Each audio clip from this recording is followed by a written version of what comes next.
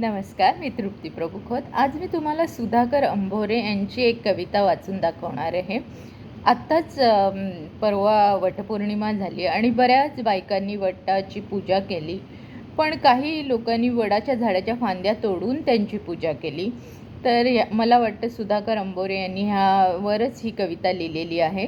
ती मी तुम्हाला वाचून दाखवणार आहे. आवडल्यास माझं चॅनल लाईक, सबस्क्राईब आणि शेअर करायला विसरू नका. तर ऐका. तोडले वटवृक्ष ते ज्या वृक्षावर होते पक्षाचे घर.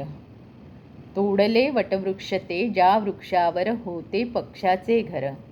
होती चिल्ली पिल्ली त्यांची राहत होता परिवार.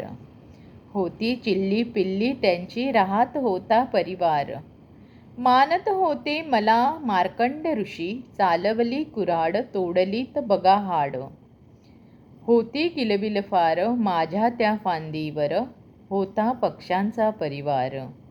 आता झालंय बेघर, आता झालंय बेघर. तर ह्याच्यातून त्यांनी एकदम सुंदर असा संदेश दिला आहे लोकांना. मान्य आहे की वटाची पौर्णिमा ही केलीच पाहिजे, पण त्यासाठी तुम्ही झाडं तोडताना जरा विचार करा की त्यावर काही पक्षी आहेत, प्राणी आहेत, तर त्यांचाही संसार आहे. तर तो न मोडता तुम्ही जर आपली पूजा करत असाल तर धन्यच आहे.